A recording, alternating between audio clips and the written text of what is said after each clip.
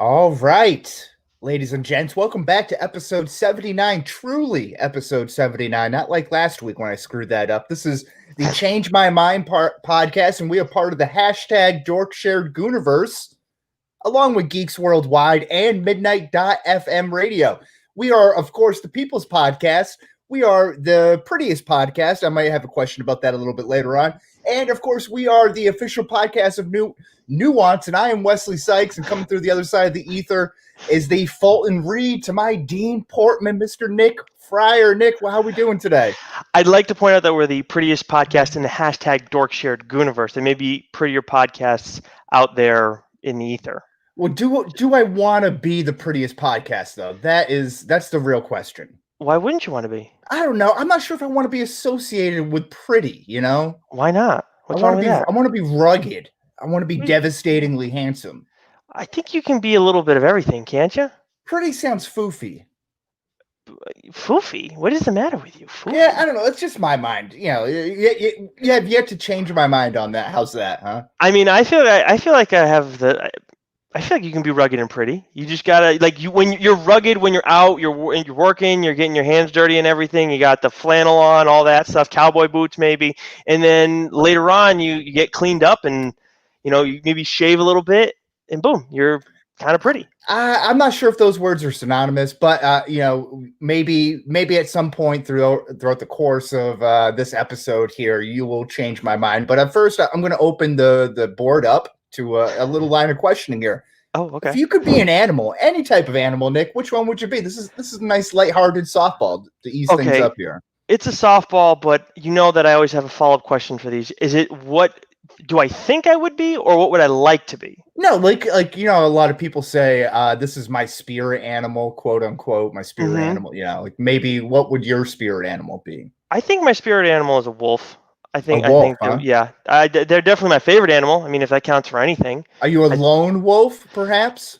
See, you know what? I could be a lone wolf, but I also like to work in a pack. In the hashtag Dorkshared Gooniverse, I like to work with our teammates. As much as everybody likes to try and tear us down, I still like to work with them all. And at the same time, I work with you, and we're kind of lone wolves at times when we have shots coming at us, from all different angles.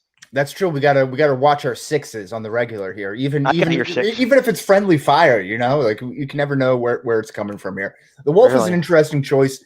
I think I would like to fly, but still like to be some sort of like a predator, like a threat in the air, like a hawk or something like that. Like not an eagle, not the apex predator, but a hawk. I think that would be kind of cool. But on the flip side, if I could be like a golden retriever of a rich white suburban family, or a rich suburban family in general, doesn't have to be white, that would be a pretty good life. What about just a suburban family? It doesn't have to be rich.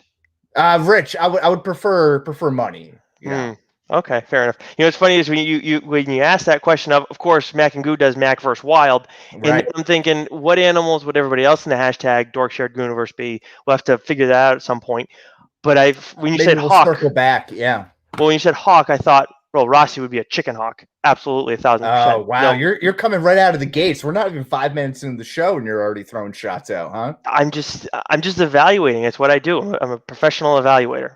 That's my job. That's one way. I think that's why we get paid the big bucks to do what we do here. It's exactly. So we got all the fancy stuff on our show here. Yeah, absolutely. Yeah, exactly. I mean, where do you think these graphics come from? Right, not out of thin air, I can tell you that. Yeah, I don't know. That beats me here. This week, we will be debating another original versus sequel. I think this is a genius idea, a concept on our part here. I believe I'm going to give the tip of the cap to you, sir, with that. But we're going to be discussing the Mighty Ducks. Mighty Ducks and D2 The Mighty Ducks. One came out in 1992. The other came out in 1994. So we'll discuss which was the better. What had the better romance? What had the better storyline? The better hockey cameos? The better version of Gordon Bombay? We'll get into all that stuff. Yes. And again, this will be another debate style format here. After last week taking a week off, but still feeling like we got a whole lot of heat from people. We got heat from people. Comedy cult classics, yeah. Yeah, not so much from each other. It was. I feel like it was a friendly back and forth. Of course, there's always a little bit of disagreement with us, but that's what friends do. But yeah, I didn't appreciate everything that came from. I mean, it was like Davey and Mac, and then PCP. It's just everybody's. And they call us the most sensitive podcast there is. I mean, we're getting shots left and right. What are we supposed to do? We're just trying to protect each other. I got We're Back West, and I know you have mine. That's all that matters. Yeah, and there's something to be said about defending your work that you put forth, and also, but I think as the People's Podcast, we should take into consideration that maybe some of those things may not have been viewed as a quote unquote comedy cult classic as others. Maybe I would disagree respectfully, of course, with that, but I think I would be open to hearing their interpretations and their reviews of that as the People's Podcast. Yeah, I tend to agree. You couldn't have said it any better, Wes. That's why we're the People's Podcast. Exactly. So what's trending now? What's going on? What's good in the hood? So the DC Fandom schedule came out earlier this week, or I guess last week. We got Wonder Woman 84, The Flash, both the movie and the TV show, The Suicide Squad. Everything on the docket came out. You can find it all at Geeks Worldwide. The Batman, the Suicide Squad video game. We got Aquaman, Black Adam. What are you most excited about from that list that I gave you?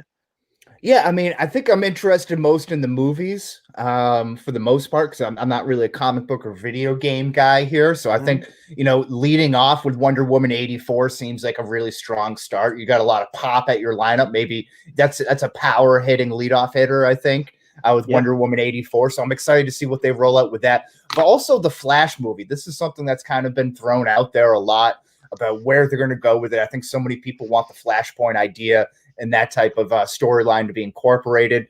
Is that the case? I'm not sure. I feel like that will be. I don't know. I feel like I've heard so many conflicting reports and rumors and that sort of thing.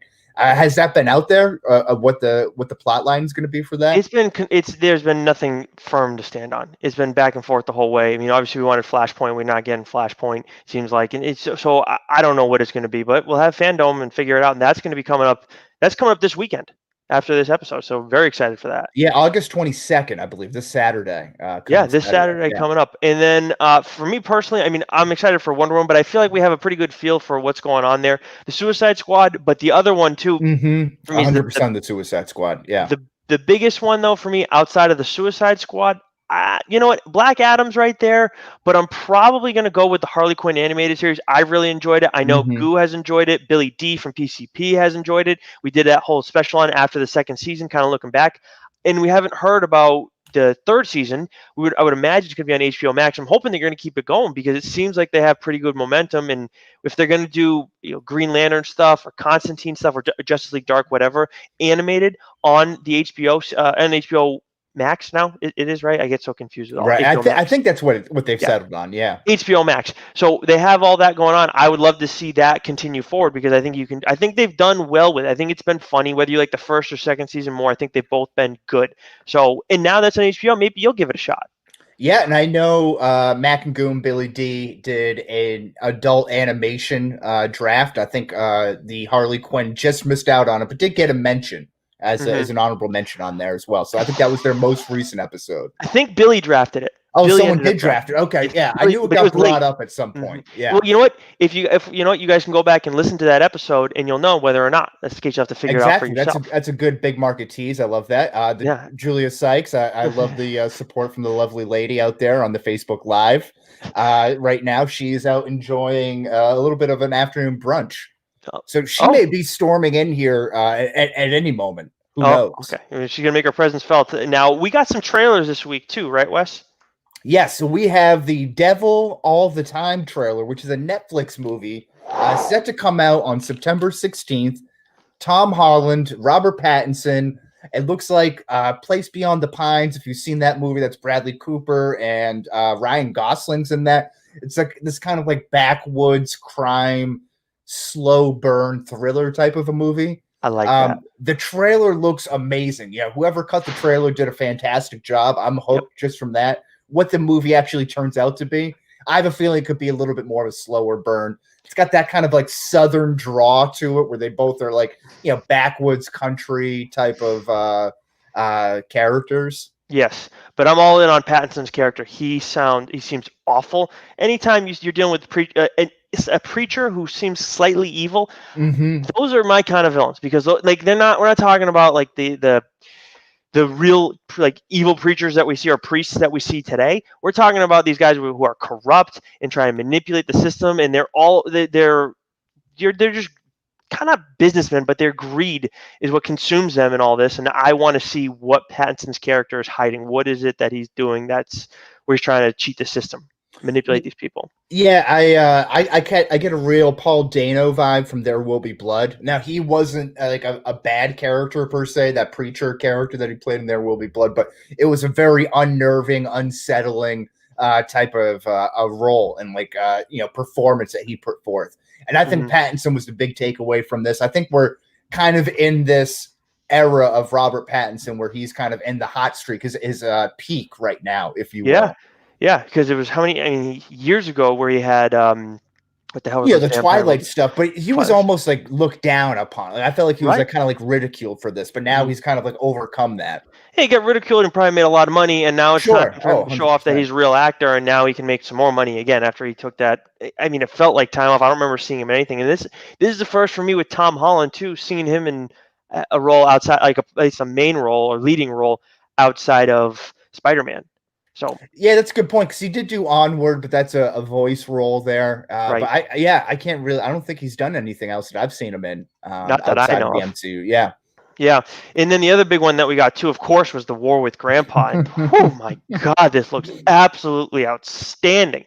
The only reason I wanted to bring this up, Wes, is because Goo was all in on it, and it looks stupid.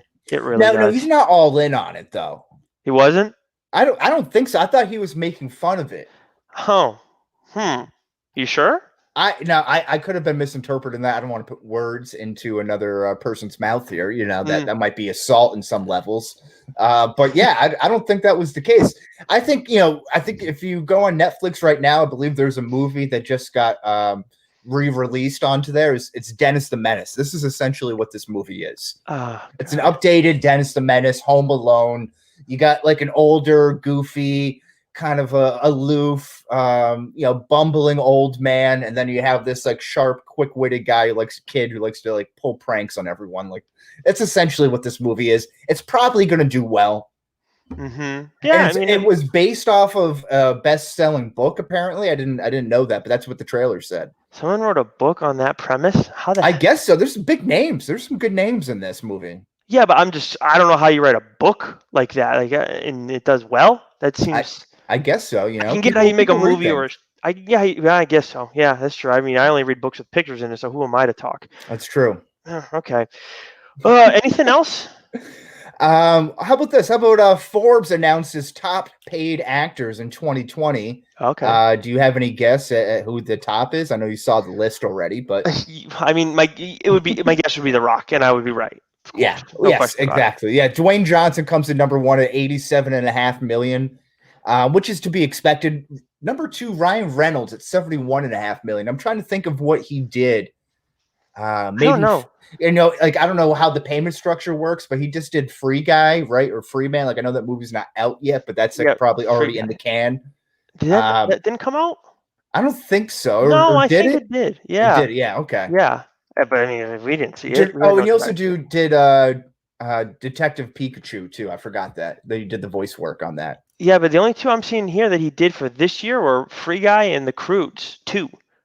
Oh, really? Okay. Well, what about that Netflix movie, the Six Underground movie? He probably did that too, right? Yeah. He probably made some money off of that. So there you go. Yeah. So hey, good for him if he's still pulling in all that money. Rounding out the top five is Mark Wahlberg at $58 million, and then Ben Affleck at $55 million, which kind of hurts me because I'm a big Ben Affleck over Mark Wahlberg guy. So I'm a little disappointed to see that. And then Vin Diesel comes in at $54 million. That Fast and the Furious money, man. That's good. That's good paper. I just wouldn't even guess it would be those three guys off the top. So there you go. Good for them, I guess. Somehow, I guess the richest get richer is what it comes down to, right? Yeah, exactly. So we'll see who cracks the 2021 top 10 next year. Yeah, so will it be? Oh, wait a minute. Is this 2020 list? So that came up from Forbes just recently. So that means it factors in a portion of last year and then a portion of this year.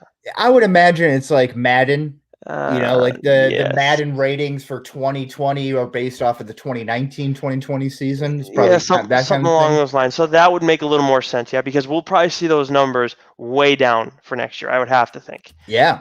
Okay. Now, what's this whole? I know you got one of those like Twitter things again that we've done in the past. Like take one, leave. What is it?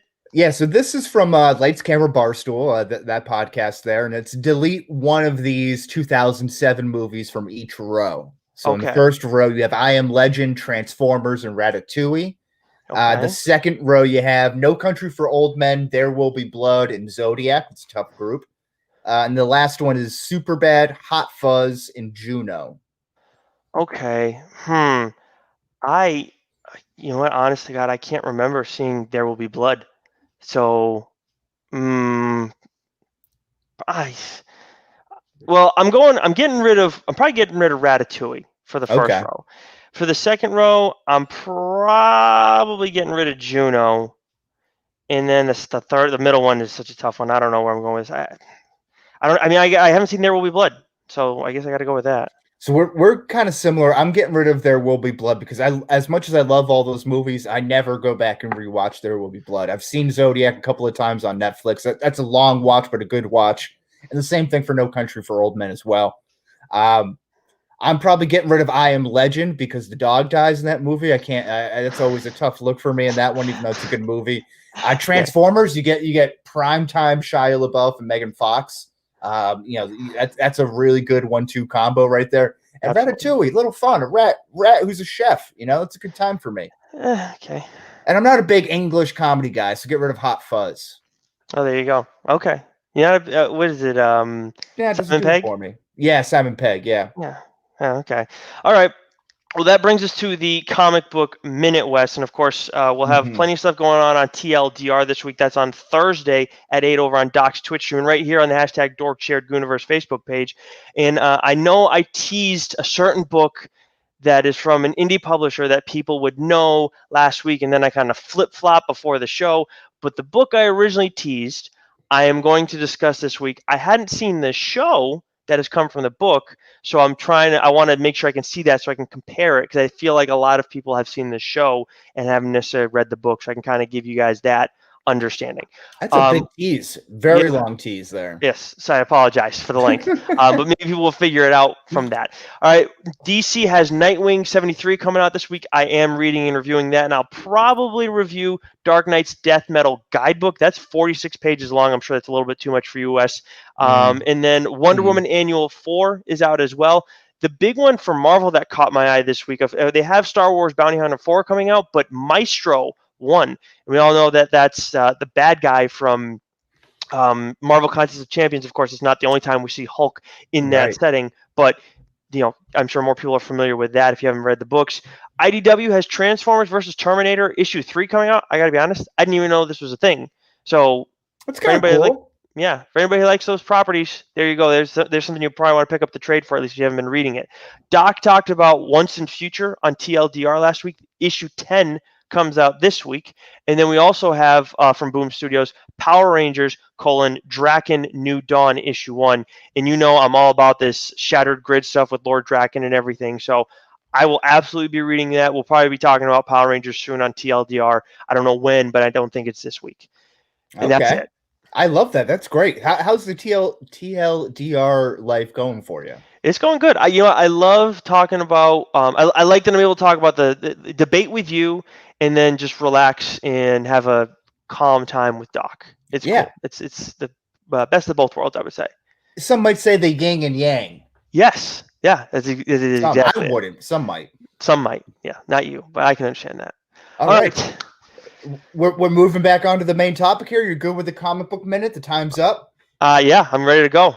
Beautiful. Okay, so again, much like we mentioned at the very top of this episode here, we are dusting off the old original versus sequel argument here that we just introduced, 2-3 episodes ago? Something like that. The first one that we did with the Sam Raimi Spider-Man 1 and 2.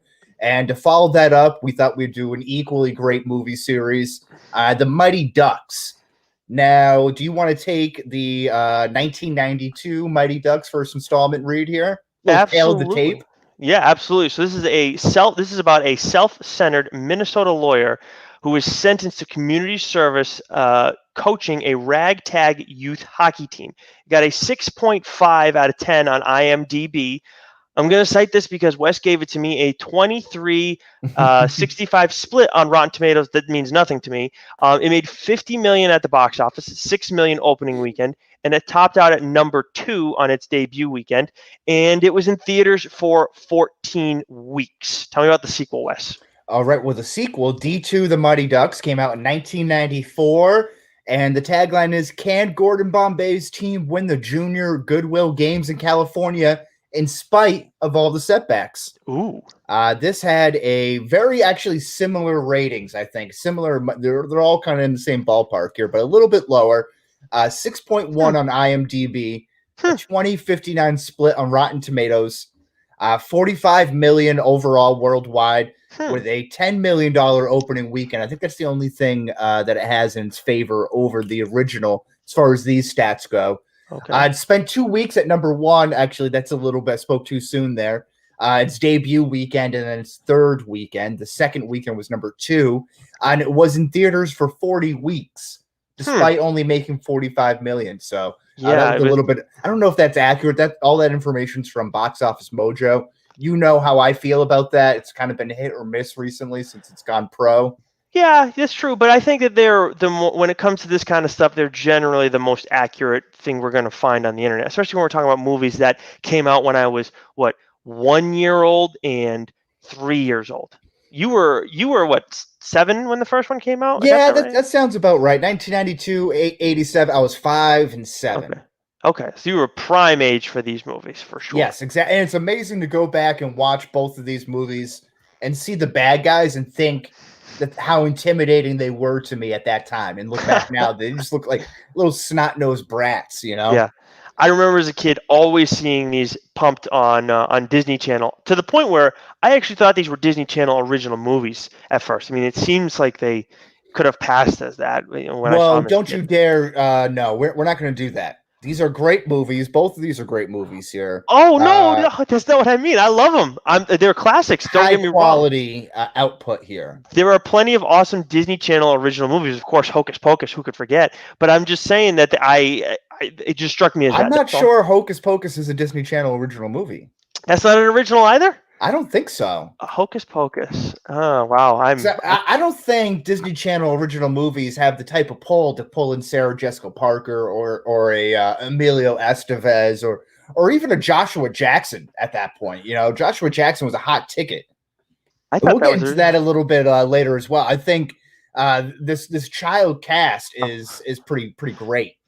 Is it? You got an answer on Hocus Pocus? I didn't. It looks like it wasn't an original Disney Channel original. I thought it was. Oh, yeah, no. The film was meant to be made for TV, but producers felt it could stand a major theatrical release. So it did go to theaters. Yeah. Yes, but it was made for that, so that makes sense. Why I thought it was the way it was done or whatever. Anyways. Yes, you and the producers, you're all in the same mindset right there. I guess so. All right, so yeah, we had Joshua Jackson who played Charlie Conway, Sean Weiss who played Goldberg. Of course, he's seen better days. Yeah, he's fallen. I think he's a meth head. Is that allegedly? Am I speaking out of school here? He didn't look good, and if someone were to assume that, I wouldn't blame them. He's had mug shots recently. We know that, and they did not look great. He's definitely lost a lot of weight. He's lost that baby fat. That's true. Drugs tend to do that to a person. I think he's probably also lost some teeth.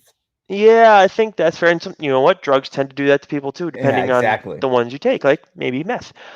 This next one, though, that you found, I was stunned by.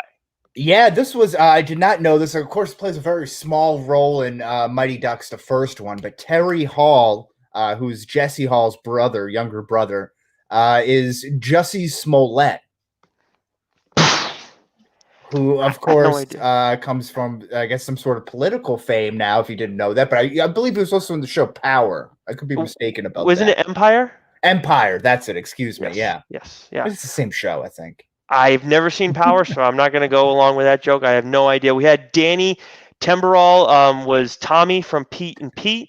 Danny Tamborelli, who played Tommy. These are my notes here. I apologize from that. But he was also Pete from The Adventures of Pete and Pete. I thought okay, yeah, it's yes, okay, all right. Why don't you take the rest of it here? Go ahead. Well, sorry. So we have Marguerite Moreau, who's Connie, of course, who plays a love interest in this to Guy Germain, but also starred in Wet Hot American Summer. She was the vixen in that, actually. And went on to have a pretty good acting career. A lot of kind of spot things, like we would say a lot about these actors. Aaron Schwartz, who played Dave Karp.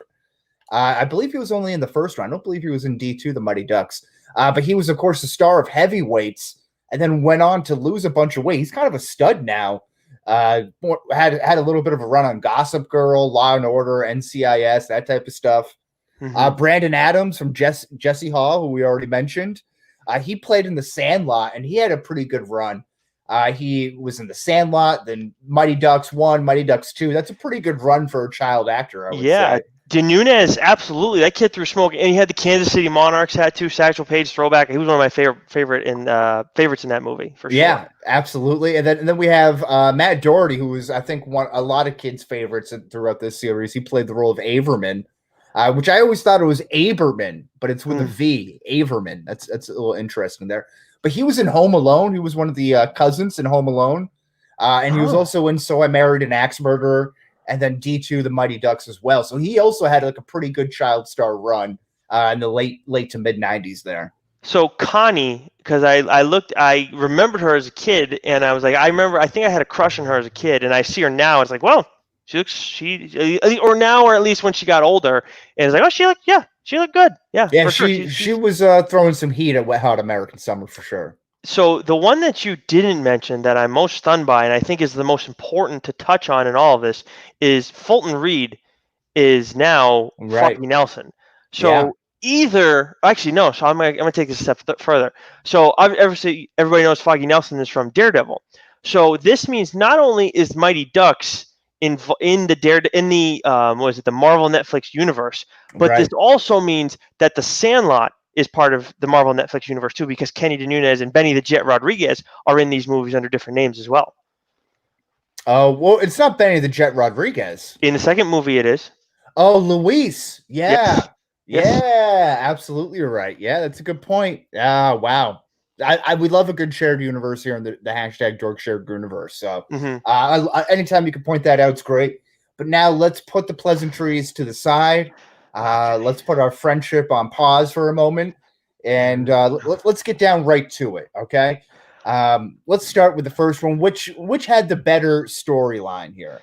I don't even think that. Okay, this is a weird place for you to start, because I think the Mighty Ducks original movie by far has the better storyline, because it's about redemption. It's about growth. You see this guy who's doing well. He's thriving in his business. He's working really hard too. I get that he may, kind of cheat the system a little bit or whatever, but he's working his ass off to move up the ranks in his business. And then, he gets frustrated and he makes a mistake. Who hasn't done that in their life? Maybe not the mistake that Gordon Bombay did, but then he goes and meets these kids and learns there's so much more to life, and he can move on and put some things that have been bugging him for years behind him. So I think we learn so much more about these kids, and we see them go through so much more, along with Gordon Bombay in the Mighty Ducks. So I don't understand how it's about hometown too. Who doesn't love a good hometown story? It's not just comeback. It's about being part of your community again and making it better and helping others that were in the same position as you as a kid.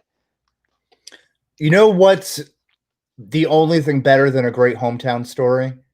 A story about America, goddammit. This is what D2 The Mighty Ducks brings. It says, you know what? For everyone who played pond hockey in Minnesota in the land of 10,000 lakes, growing up, who maybe had a Canadian friend or two, or, an older gentleman who sharpened skates on the side for everybody, like Hans, there is people who just love America, who are just throw me anything. 1980, Lake Placid. Greatest game ever played, USA Russia. That's what they're building off of here. The first movie, The Mighty Ducks, is essentially the Bad News Bears on skates. I've heard that story before. Wait a minute.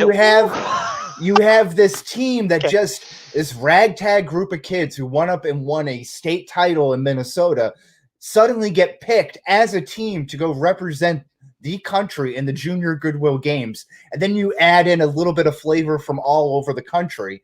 And not only that, when this team stumbles, much like Rocky 3, they go to California to learn, to refine themselves, to find a little bit of swag, much like Rocky when he went to go train with Apollo Creed so he could go beat Clubber Lang. They went and go found, what's his name? Kel Mitchell there. No, Keaton Thompson, excuse me. Tyler, I think is the name. Yeah, Tyler. And he goes and teaches them the knuckle puck. His older brother teaches them how to play, how to fight, how to play with a little bit of passion. And then on top of all of that, you have corporate Gordon Bombay. I almost said Bombay right there. Corporate Gordon Bombay playing the villain role against a Wolf the Dentist Stanson.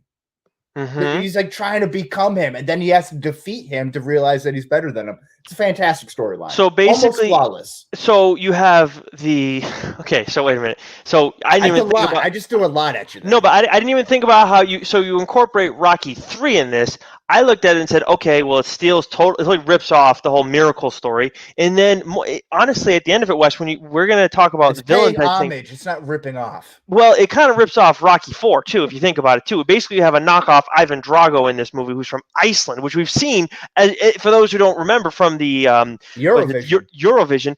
The Icelandic people are very nice people. So that whole sham with this guy with Wolf is total bullshit. So they fabricate that whole thing, not accurate representation of the Icelandic people at all, which I think is offensive. And then they try and turn him into Ivan Drago. Total bullshit. So you're going to go and say this is the bad news bears. You know, it's a story about America. I think a story about America is about, small town America, inner city America. It's about the people in communities working together in building something special and something in memories, Wes. And I get you get a special memory, but they're going to remember being Ducks. Remember, Charlie was all about being the Ducks. That's what they were in the end, being the Ducks, not Team USA. And they were the Ducks. They became the Ducks in the first movie. Yes, but they're all from Minnesota, from the Twin City area. This is the Team USA has representation from all over. You got Luis Mendoza down from Miami. You have Julie the Cat Gaffney from Bangor, Maine. You have Tyler from California. You got Dwayne Robertson from Dallas. You have what's his name? Dean Portman from Chicago. You got Woo Kenny Wu, a figure skater in there, a better figure skater than what was represented by the girl in the first movie, Tammy. Thank you. Mm-hmm. So a way better figure skater, in my opinion. I think the representation is well covered. I think Tammy, I was looking up something why she wasn't in the second movie, and I think it was because the actress couldn't actually skate. So I think they just decided to not. That's tough. Yeah, but you know what? Like the cat. I know she had her moment at the end, and you'll get your chance to show what you're made of or whatever. I mean, yeah, she had that awesome. It's an awesome save, but that's it. I'm sitting there watching. I mean, as a kid, it's like, when's she gonna get her shot? When's she gonna get her shot? She's definitely better than Goldberg. I mean, they wouldn't have run into those issues if they had Kat in goal. So that's another point of frustration in that movie for me too. Goldberg's funny and all, in the team clown and yada yada yada, but Kat gets no shot in this. He's standing on his head. Well, wait, or he's hot. Well, wait a minute. What happened when he started struggling? Why didn't you put Kat in at that point? I mean, Goldberg was a good sport about it when she got her shots. Yeah, it's a tough thing to follow. I mean, if you're a Bruins fan, I think up until recently, that's the debate that you have between Tuukka Rask and Euro Halak there. Honestly, Halak is more than capable, and at times probably outperformed Tuukka Rask throughout the course of the season over the last 2 years or so. But yeah, it's his job to lose, and until he loses it, you got to ride with him. Yeah, I would argue that. But Goldberg, I agree, though. Julie the Cat Gaffney was the better of the two prospects. You could argue that Goldberg was him and Rask are almost like kindred spirits in a way, because how Goldberg's always ready to come out when they're going against a tough team, and how he was scared at first and everything. But we're getting off the rails. So better storyline. I mean, best storyline. We know that I won that one. Let's move on to better team. Yes. Why don't you lead us off here, Wes?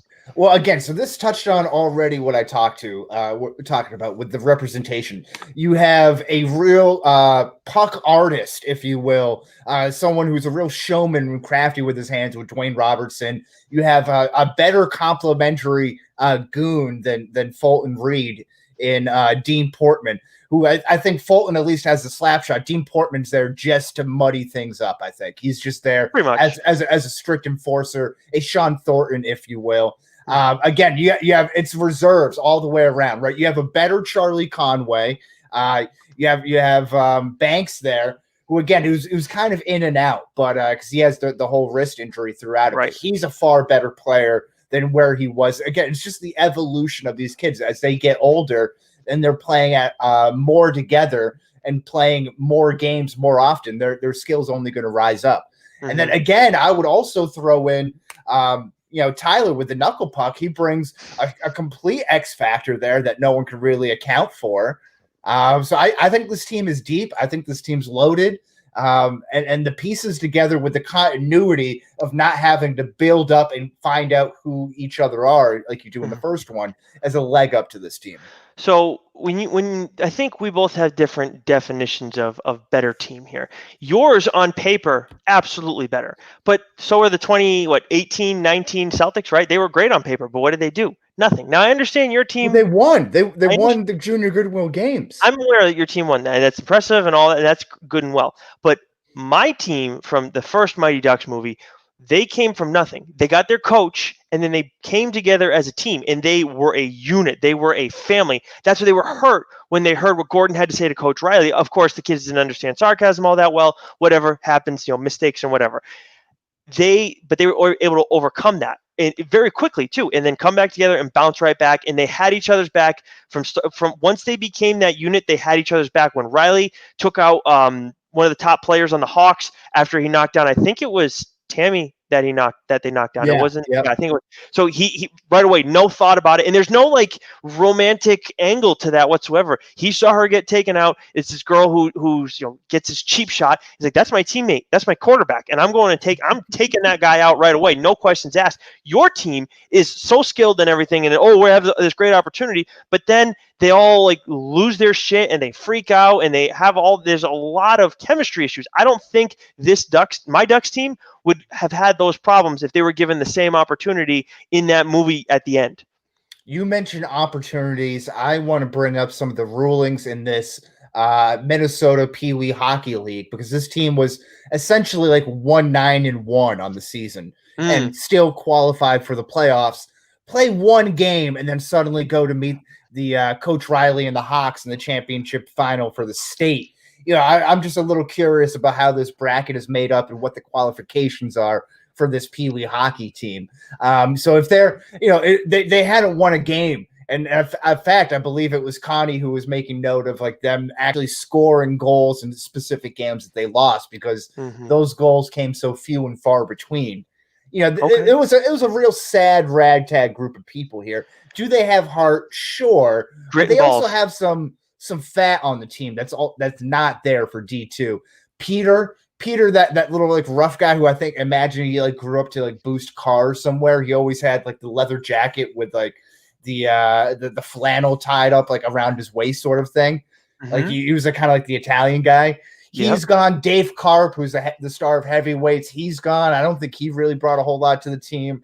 The Tammy and Tommy, they didn't bring a whole lot to the team. That's all trim fat. And who do they bring in? They bring in the fastest guy from the South and the quickest hands in the West, and Luis Mendoza and Dwayne Robertson there. I like the way you sold that at the end there. The fastest guy in the South and quickest hands in the West. That's good. That's well done. I'm going to give you that. I'll change your mind. And you didn't. You didn't change my mind. You just sold that really well. I'm still taking my team because they're a family, and families beat talent all day for sure. All right, most memorable moment, Wes. Yeah, so this is a tough one, and maybe we can kind of help each other out with whittling some choices down. I don't know if you have a couple that come to mind. Well, I mean, for me, I have the bar mitzvah for Goldberg when they tie him up to the goalposts and then they just fire pucks at him left and right. And then I would say, and the other one that I know that I think it's a pretty memorable moment when Gordon drives out onto the ice, but I don't think that stands out in the same capacity, but it's definitely an image that you remember. But the flying V, when we first see that too. The first one, yeah, of course. Yeah. I think that's a pretty big deal too. For you, I think when we first see the Bash Brothers, that's one that kind of sticks out, I think, for everybody the most when you're talking about D2. That's just Yeah, me. I think that one. I think a great memorable moment is when they're regathering the whole gang with the duck collar, and everyone's on their rollerblades, and it's like coming back from summer vacation, and it's like Mm-hmm. kind of like this. This might fall under another question that we have, but I That's think what I'm I have thinking. another answer for that as well, because I'm not sure if this really is like a montage, so to speak. But that's a great. I think when they come back out, of course, with the new USA Ducks jerseys after having that big speech and in the second period in the locker room, and the roosters are crowing and the cows are stirring and the pasture ducks fly together and that whole thing. So that's great. You got Hans back out there. I think the shootout is a great moment, and you have the Wolf Stanson there telling Gunnar Stahl, you lost her for me, Gunnar. Just no, you lost her for yourself. Let's go Yeah. shake their hands. And they go and they have that nice moment between Gunnar Stahl and Charlie Conway. Good work, Captain Duck. Like all these memorable moments that I think come to mind with that. And I also think picking up Tyler and playing street hockey out in South Central LA, although that's like, I'm not sure that's the sport of choice, In LA, yeah, I tend to think yeah. that's not the case, but it's a kid's movie, so who gives a shit, right? I'm probably going with the bar mitzvah for me for Goldberg because I mean at that point too he goes and turns and it's like, oh my god, I can actually play goal. It doesn't really hurt and everything. So I think you're thinking about this the wrong way. The memorable moment for me, I think, from that movie is Emilio Estevez going into Mr. Duckworth's office and doing quack, quack, quack, quack, Mr. Duckworth, quack, quack, quack, Mr. Duckworth, and like the whole time, like I would love a counter on how many times each movie said quack. Oh, that's a good call. What's higher, the amount of quacks said in all the Mighty Ducks movies or John Wick's kill count between his first three movies? I don't know. I think when you go back and like you hear the chants of a quack from the crowd and stuff, like I think that's going to be a higher number. That's a good point. Yeah, that one's a good one too. Of course, I totally overlooked that one, but all right. Well, you can go either way. If you like the quack quack quack moment more with Mr. Duckworth when Gordon gets fired, or if you like the bar mitzvah one, either way, I think I have two really solid ones right there. Yeah, okay. Yeah. I think I'm going to go with the shootout moment.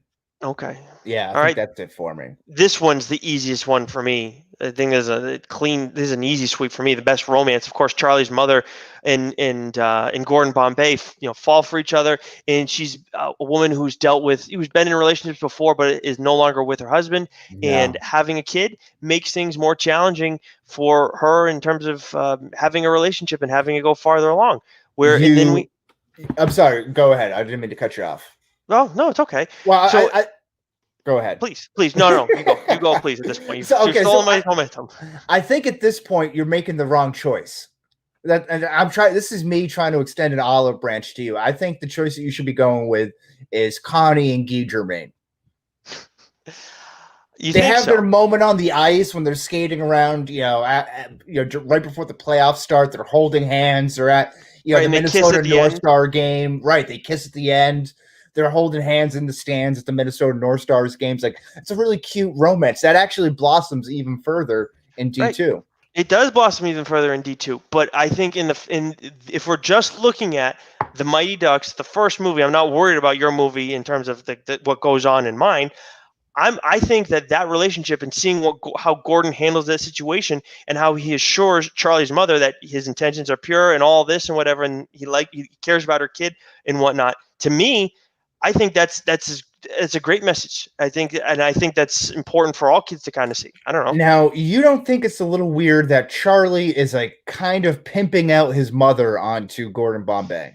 We've seen that in other movies before, where the kid gets excited because he likes the guy, and then it's like, I want to have him around the house more, and he's nice. So mom, he's nice. Why not give him a shot? Whatever. No, it doesn't bother me at all. As a cod who grew up in a single-parent household where my brother was already moved out of the house, so it was really just her and I was always I didn't like any guy that she brought around. I would actually be a jerk to these guys. Okay. Because in my mind, no one was ever good enough for my mother. Well, that's okay. Well, I would think that's like kind of more the general consensus, more so than like please date my mom. Well, Like maybe that's kind of creepy. Then That's maybe why I they think were. it's a tough romance. Maybe for that situation, they're trying to say, your mom is. I don't know. I'm not a cod, so I'm not going to go and try and put myself in your shoes. I'm just going to dig myself You a can't grave tell there. me about my shared experiences. This is my life story, my truth. Yeah. That's all you. You can No, take that I don't one. know. I'm just kidding. But yours barely had a romance. But it doesn't last, right? So Gordon Bombay and Charlie's mother doesn't last because in D2, the Mighty Ducks, she's not even in the movie. That's D2. That's not D1. Not worried about. I mean D2. How could it be a good romance? Is what I mean. I mean, Guy and Connie, they last. That's probably the best romance in the entire movie, to be honest with you, because I believe that even goes into D3.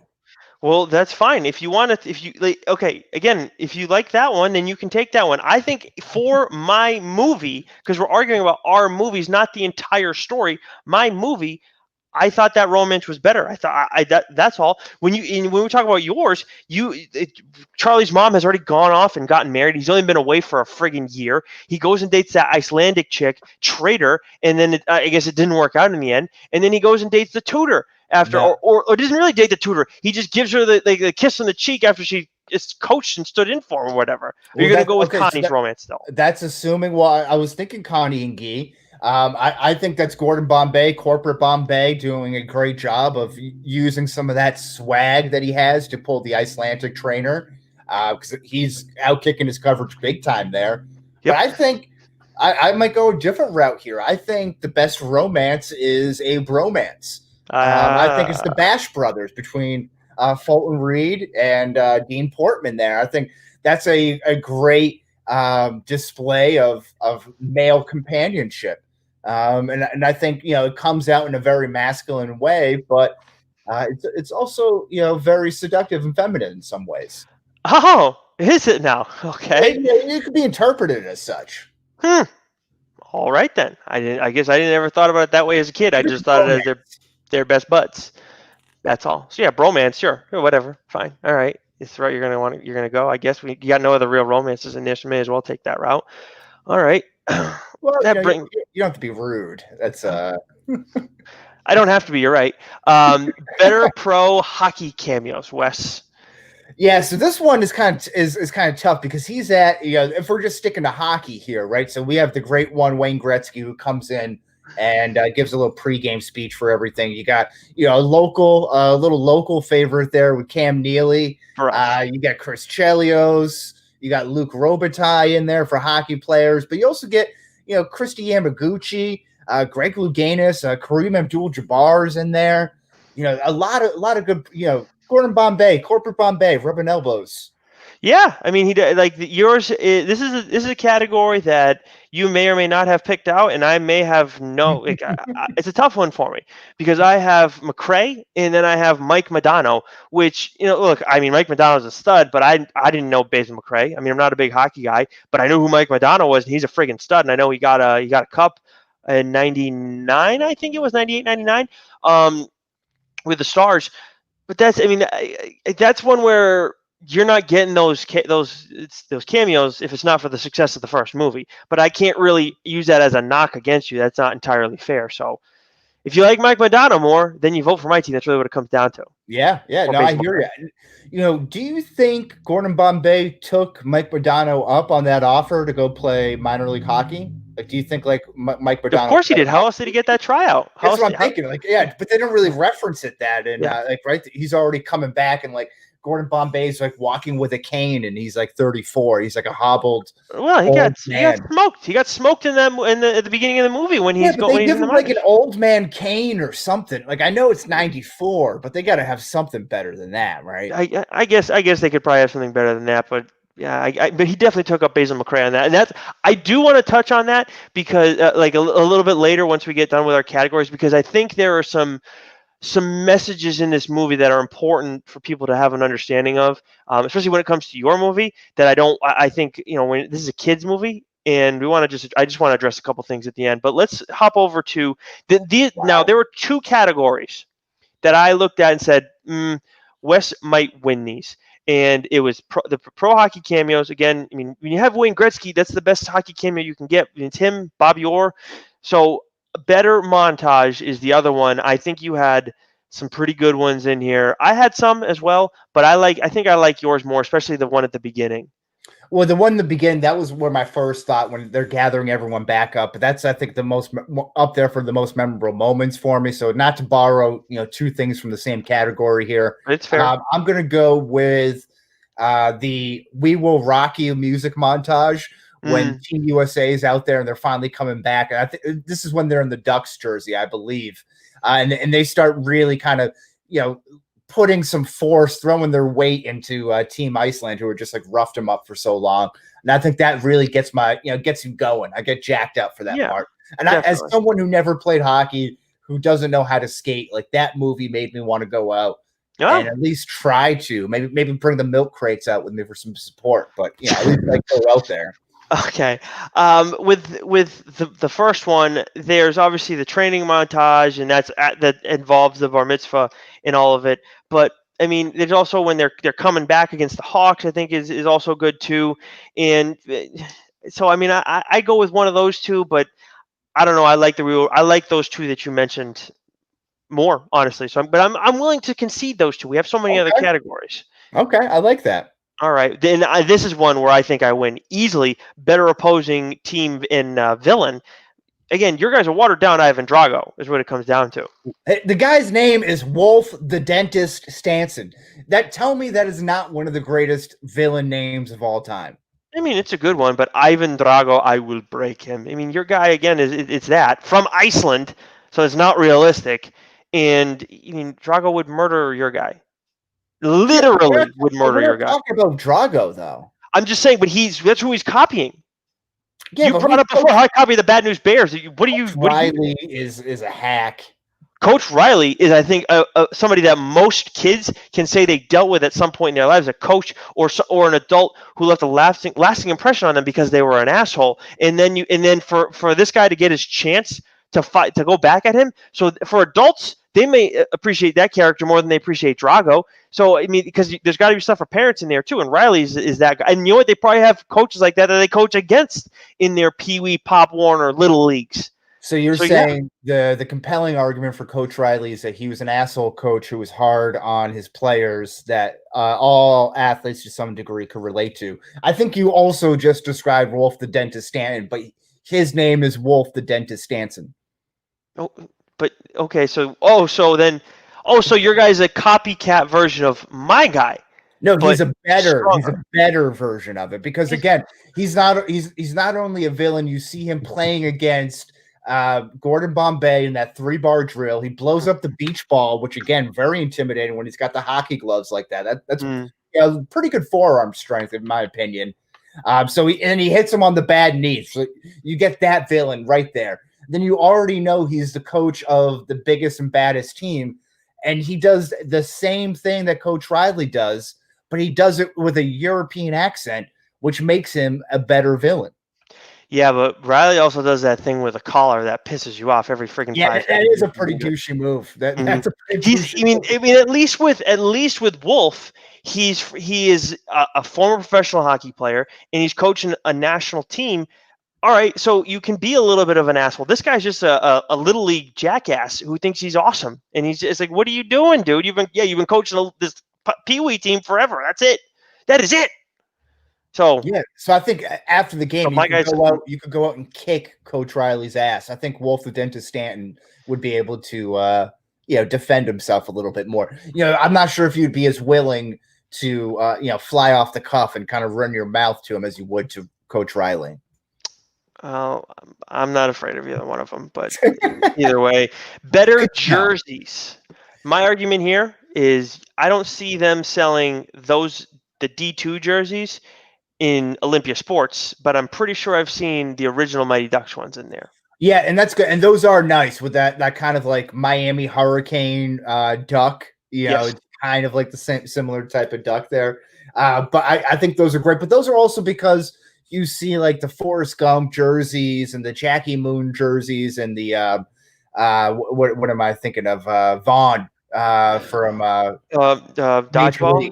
Major League. Vaughn 99, Charlie Sheen. Yeah, Charlie Sheen. Yes. So you Waterboy. see all those jerseys and stuff, but the actual ones were used by the Mighty Ducks in the NHL. I mean, they were adopted there. And who didn't love the duck billed face on the goalie mask there? Like, I think that's such a great look. And you also have two to choose from because the Team USA ones are pretty sharp as well. If I had to choose one, I would stick with the the white, purple, and teal Anaheim Ducks jerseys there. But like, I really like that bill. I had those hats. You remember like those they're like starter shirts? Yeah. And it looked like the mascot was like jumping through the front and you could see the back end on the back of the shirt. Like I had all those types of hats. I had all that type of merch from Mighty Ducks solely because of this movie, because I wasn't a hockey guy. Still not. So you saying that the team adopted the uniforms that they had in the Disney movie, but I believe that was the case. I'm pretty sure it's the other way around because the movie came out in '94 and the team was founded in '93, and I think those are that logo at least was their first logo. Maybe they took the white and then and incorporated that later, but that logo, I believe, was the first Anaheim Ducks logo when they were the used. Yeah, it was used by an NHL team. So it's just smart marketing is what it comes down to. Yeah. Synergy, whatever, all that jazz. But either way, mine now is like a cool specialty item that you see at a store. You can get that, and you can get Jackie Moon, and then you can get Bobby Boucher too. I mean, who doesn't want to have those? Right. And are you a hockey jersey guy? Are you a jersey guy in general? Okay. First of all, you know what? I left it at jerseys, and shame on me because I'm the more hockey-oriented person of the two of us, even though I'm not at all. They're better sweaters, better hockey sweaters is really what it's supposed to be called. And I do like those. I think they're pretty sick. I have them, but I only have a Zdeno Chara one from the Winter Classic. I think I want to say it was 16. I could be off on the year. No, it was before that. It was 13 or 12. I got it in college, and then I have a Sacred Heart one too. I would have gotten a Northwest one, but we didn't have a hockey team, which I was stunned by. Chicago's Big Ten team doesn't have a hockey team. How the hell does that happen? I would have gone to those games all the time. That was brutal. Yeah, it's a shame. All right, so that brings us to the last category you have. I have one more that I've added on to this. Which bad Gordon Bombay was better? Yeah, I mean, to me, the corporate Bombay is where it's at. You know, he goes with the slick back hair. He's going for all the advertisements. He's got the photo shoot with the hair blown back. Tibbetts is all up his ass, like making him seem like he's hot shit. And then he ends up losing touch of the team. He ends up becoming the very villain that he is trying to defeat. And the dentist stands in there. So I think that's great. You have this great message where he's outside of the LA Coliseum or wherever the arena is. And he's like, this is a distraction. And he's got the, cardboard cutout of him in the suit with corporate Bombay. And he's like, and this is a distraction in a fire in a barrel. And he throws it and lights it on fire. And that's like him killing off corporate Bombay. He gets referred to as Captain Blood by Averman. So I think that's great. I think that's something that I use quite often. Yes, the return of Captain Blood. That's a line that I use quite often in everyday conversation. So I think give me corporate Bombay. Okay. Well, now when you say when you wrote this or sent this to me originally, I looked at it as which bad Gordon Bombay was better. I thought you were trying to say like that it was bad acting by Emilio Estevez. I mean, it kind of was all the way around, but like which was like the bigger asshole Gordon Bombay, because he is that he's like redeems himself twice. Well, I mean, for all the bad stuff that corporate Bombay does, could you think of a more douchey move than to say, hey, drive the limo out onto the ice where all my scrubs are playing pond hockey right now? It doesn't get worse than that. And then he has the balls to go up to Charlie's mom when she's freaking out and saying like, oh, I know the ice is fine. Like, I know when you can drive a car and blah, blah, blah, all this crap. No way, man. And then he's freaking out, and the kids tell him to play dirty, and he's just getting all pissed at him when he hasn't coached them a lick yet. He was a dink, and that's why one of the main reasons why this movie was so much better too. I mean, because my next thing is better message. I'm just going to kind of flow right into that if you don't mind. Yeah, go for it. For mine, first of all, this is all about growth. It's about growth and then unity and coming together, because you also have to deal with acceptance when Banks joins your team. The kids have to deal with accepting this not corporate, that's your guy, this attorney into their group, because they're all friends still, and allow him to coach them and mold them. And I think that's huge. And then for Bombay, what we see with him is he learns that, like I said at the start of this argument, he learns there is more to life. There's family, friends. You can enjoy shit, and then he's able to face on his fears, his regrets, his frustrations from when he was a kid, and become something more and more dynamic. And then he gets that opportunity. By doing all that, by being a good person and evolving, he gets this great opportunity to go play in minor league hockey, which would bring me to certain things that I do want to address with yours, but I will allow you to rebut that. No, I'm just going to say ditto. Everything that you just said applies to D2, the Mighty Ducks. It's the same. The message is the same. No, it's not the same. He falls back and all this stuff. No, it's not the same. It's about coming together, right? Accepting things that you cannot change. Suddenly, the rosters are deeper. You're facing tougher talent. You may not get the same playing time that you used to. You're on top, and now you're at the top, and you realize that what you used to do is not going to fly it anymore. You have to reinvent yourself. You have to reapply yourself, and you have to approach it like you were, like as if you were still hungry, Rocky 3, and to defeat this, new opponent, new enemy. Okay. All right. So I think there's some slight differences in there.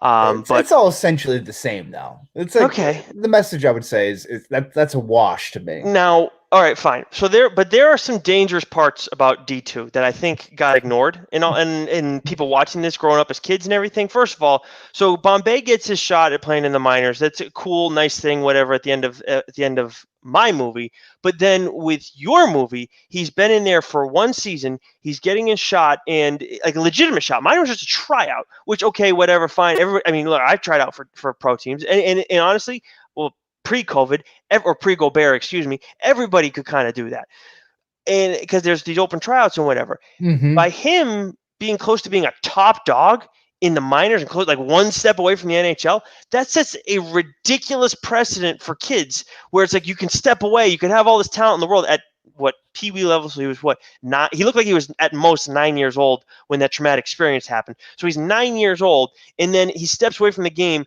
Somehow McRae remembers him from when they were kids, and I think McRae's Canadian, just throwing that out there. I don't know how the hell he knew who he was, but all that's going on.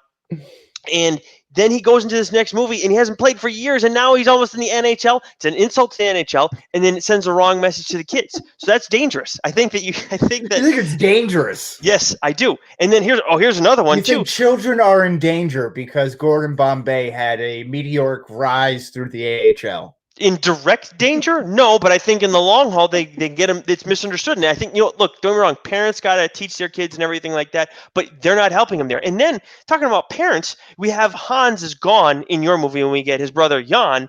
And then his brother Jan says how his mother loved Hans more. Kids don't need to know that parents pick favorites. They find that out when they get older. Don't tell them when they're young. They know from an early age. Kids are dumb.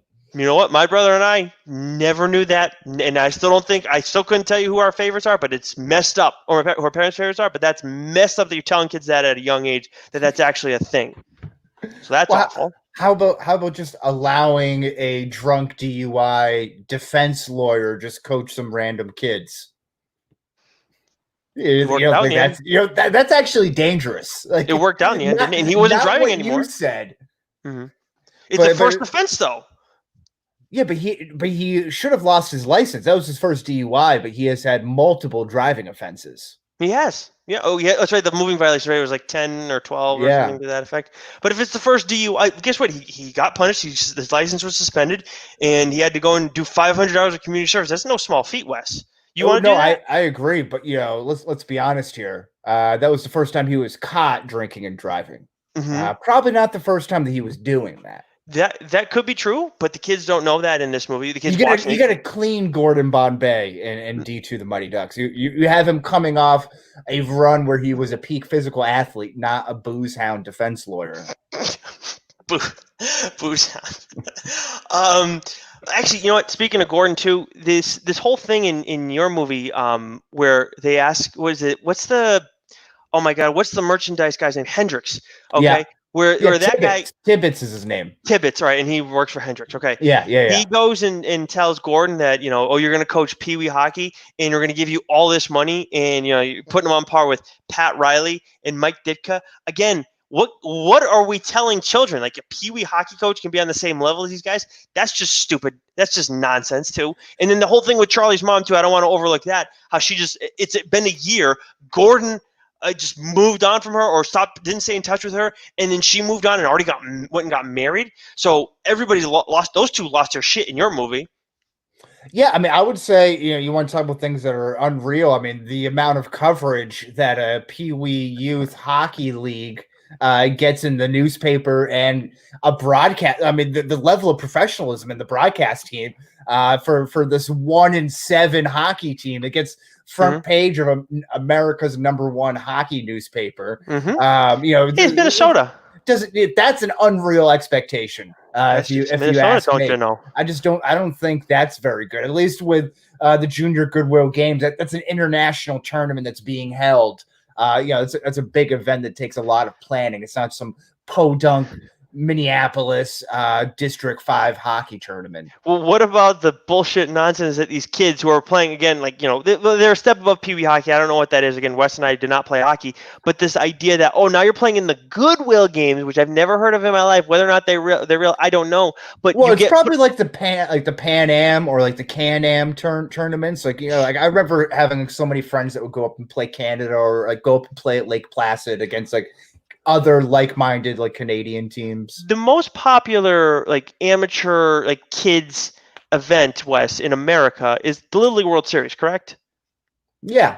Okay. So it's we're not counting college sports, like Little League World Series. Yeah. Do those kids ever? I mean, maybe they get put on a Wheaties box once in a while. Maybe, I don't know. But do they get action figures? Do they get put into video games? No. But now the kids are going to think that's going to happen because of D2 of the Mighty Ducks. But some of them turn into big stars. I mean, I still remember Danny Almonte's name. Who was it? Monet Davis. Monet Davis. Yeah, thank you. Yeah, I mean, there was essentially a TV show that was made about her. Yeah, like if you do really well, it does captivate America at a time where there's no sports at all. And if you get a good story like that, I mean, 100%.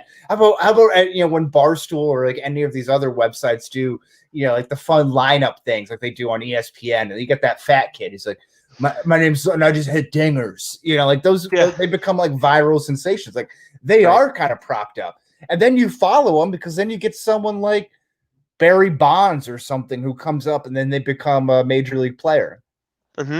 Yeah. They sure that happens, but as a kid, you're going to become you're getting an action figure and become be on a video game. That is not fair. That is not a fair expectation to set for children. I'm going to rattle these three off because how about Pablo Francisco, whatever his name is there, Sanchez. Pablo Sanchez, yeah, from Backyard Baseball, the made-up character. Yeah, well, he's got a video. How do we know he's made up? Well, actually, he actually plays third base for the San Francisco Giants now. He used to play for the Red Sox. Still got that gut. Yeah. Oh boy, that's a low blow. Couple other things in D2, they basically take Benny the Jet Rodriguez and put him on skates. So that's not an original idea at all. Again, I talked about the whole Drago thing. That's not a dangerous thing, but that's just not original. The skating drill that they did together where they have to move as one, that's dangerous because how do we know kids aren't going to stab each other with their skates when they fall down? Sanderson got, or was it one of the Bash Brothers got booted? Wait a minute. One of the guys on Iceland got booted. No, he got 2 minutes for trying to basically break Banks' arm. And right after two players from USA, it was Cat and one of the Bash Brothers, got booted. That's ridiculous. So basically, you use your stick and go after people like that. It's fine, but you try and 2 minutes, yourself. Well worth it. Yes, exactly. And then I don't think there was one. I would say the egg drill would never happen on ice. That would never be allowed by any ice rink because the amount of work to clean up all that yolk is just. I mean, the Zamboni doesn't have that type of time. That probably would have been brutal. The lasso thing was irresponsible. The lasso thing was ridiculous, and then my last point was: are you a fan of the wave or no? Yeah, I think I when don't think you appropriate, are. when appropriately, I think I could do it. Yeah. Okay, all right, then I When won't I'm use it. when I'm It's fine. drunk and it's a good time, I'm like, yeah, I'll do a wave. Yeah. All right, fine. So I won't. So that's not a knock, I guess, in the end. Ah, I've Well, said my piece. yeah, I think we'll leave it up to the people here. I think this was good. This was healthy. This was a healthy debate. Needed to get a lot off of our It was chest for good. It's sure. cathartic. Yeah. Yeah. All right, let's head over to the quarantine corner, West. What do you got for me? Yeah, so I've been not a whole lot, I've been watching The Last Man on Earth on Hulu, which I still hate the commercials with Hulu. I feel like they've even like upped their commercial time recently. So every break is like 90 seconds at least. But that's a pretty good show. Will Forte, I think it's Lauren Lapkus is the female lead in that. But I enjoy it. It's kind of a dark humor. I'm a big Will Forte fan. It kind of spins out like Last Man on Earth. You get the premise behind it. The second and third seasons, he's not the last man on Earth. Oh, They introduce more people because there's only so many things you can do, right, with like one or two people on the show the whole time. So right. it kind of runs into its own issues just off the premise alone. But it's a pretty good show, and I'm a big Will Forte fan, so I like that. Right. Okay. So how many seasons did it get? I don't know. I think maybe four. I think I'm Okay, on it's done, season right? 3 right now. Yeah. Yeah. Okay, I thought so. But I got an ongoing show that I finally decided to pick up on that everybody loves, especially in the hashtag Dork Shared Universe. The Boys. I finally ponied up and got Amazon Prime, and there were some other shows, Vikings, which I had watched. It was on Netflix for a while and then got taken Mm-hmm. off. I thought I'd forgotten that it went over to Prime, so I was so pumped when I saw that. And it seems like there are some other good things over there too on Amazon Prime. So I'm excited to get into The Boys and be ready when season 2 rolls around because everybody's going to want to be wanting to talk about that. And then one other thing too that I think oh, actually, you know what I wanted to tell you because you're going to care about this. You know that obviously Lucy is a huge Office fan, and I get all Yeah. references from her almost as much as I do from you. And I've finally cracked. I am finally starting The Office. I'm starting from like Really? the very beginning. Yeah, and it's Sure. oh god, it's so awkward, Wes. There's so many moments. Michael Scott gets so much better though. Like the first season is kind of rough. It's like season 2 is when it really picks up because Okay. it's just it looks like it's shot different. I think the first episode is like a shot for shot remake of the British version, excuse me. And Hmm. like Michael Scott just looks weird with his hairstyle. Like it's slicked Oh, back. He gets yeah. he gets like swagged up as the season goes on. Okay, all right, but I mean, Series. there's still funny stuff, of course. I do enjoy it, but I also found out because I was watching some random stuff when I was visiting my brother one time, and somehow we randomly watched Dinner Party, and I had no idea it was the Dinner Party episode, which is apparently the Mm-hmm. most popular one of all time, Yeah, right? it's up there. Yeah. Yeah, so I didn't realize that when I had watched it, but yeah, and then of course, as we mentioned before about the comedy cult classic episode that we did last week, that was episode Yes. 78. We obviously caught a lot of heat, but I did want to mention that Tommy Boy, one of my choices, ended up winning the poll, and I think Happy Gilmore was number 2. And one thing that I did find interesting, Wes, is that we saw some people who were like, "Well, if any of them are a comedy classic, Tommy Boy could be it." And then I saw the same thing about Hot Tub Time I was Machine. gonna say I didn't see about Tommy Boy. I heard that about Hot Tub Time Machine. Yeah, I Yeah. saw it from somebody else about Tom. I can't remember who I saw it from with Tommy Boy. It might have actually been Rossi, who went and ripped us a ton last episode of PCP. Oh, But he sure did. Yeah. I mean, it's like, I think we even got news dumped on too. I think we made the news dump. yeah, I think that happened too. Where well, yeah, you're absolutely right. But Yeah. if we got some people saying, this might be a what was it, a comedy cult classic, and that one might be, well, then guess what? We're not that friggin' far off, are we? So I just wanted to get that off Yeah. my chest. The people have spoken. We'll The- take that into account, and it mhm. may or may not have changed my mind. Who's gonna know? I'll never admit to it. But we'll move forward. So speaking of the hashtag DorkShared Gooniverse, of course, you guys can check out all the stuff on Geeks Worldwide and Midnight.fm. They have some awesome shows of the ilk too. But in the hashtag DorkShared Gooniverse this week, hashtag Dork is going to be doing their live show on Monday. I imagine it's 8:45. I'm not certain yet. If you're watching us now on our stream on Facebook or YouTube, if you're listening there to us, their episode is already out. And they're doing their hashtag Dork episode 200. So they're getting a lot of feedback from listeners and everything like that. Mm-hmm. Did you submit anything to them? No, I probably should. I should put that together. Maybe I'll do that after this Why not? here. Yeah, I think so. This is a very navel gazing type episode, Dork 200, because they've already done 200 episodes, right? But this is just 200 under the EEI brand, so True. it's all a matter of semantics here. But after a week off, I hope it's good.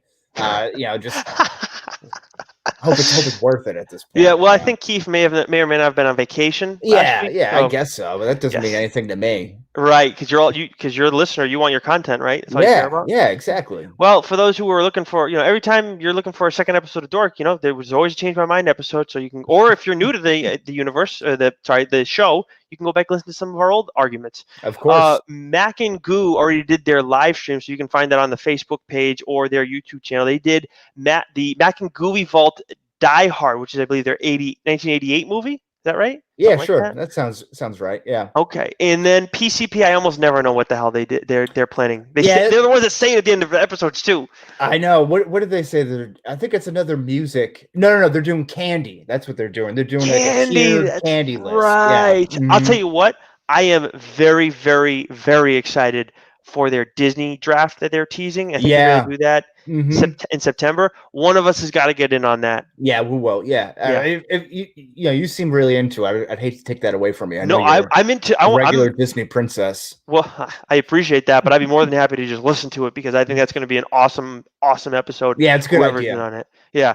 So be sure to listen to them this week talking about candy, which we may or may have not done before. Yeah, and whatever. Then TLDR will be on at 8 over on Doc's Twitch stream and on the hashtag DorksharedGooniverse Facebook page. Wes, we do not know what we're doing next week, do we?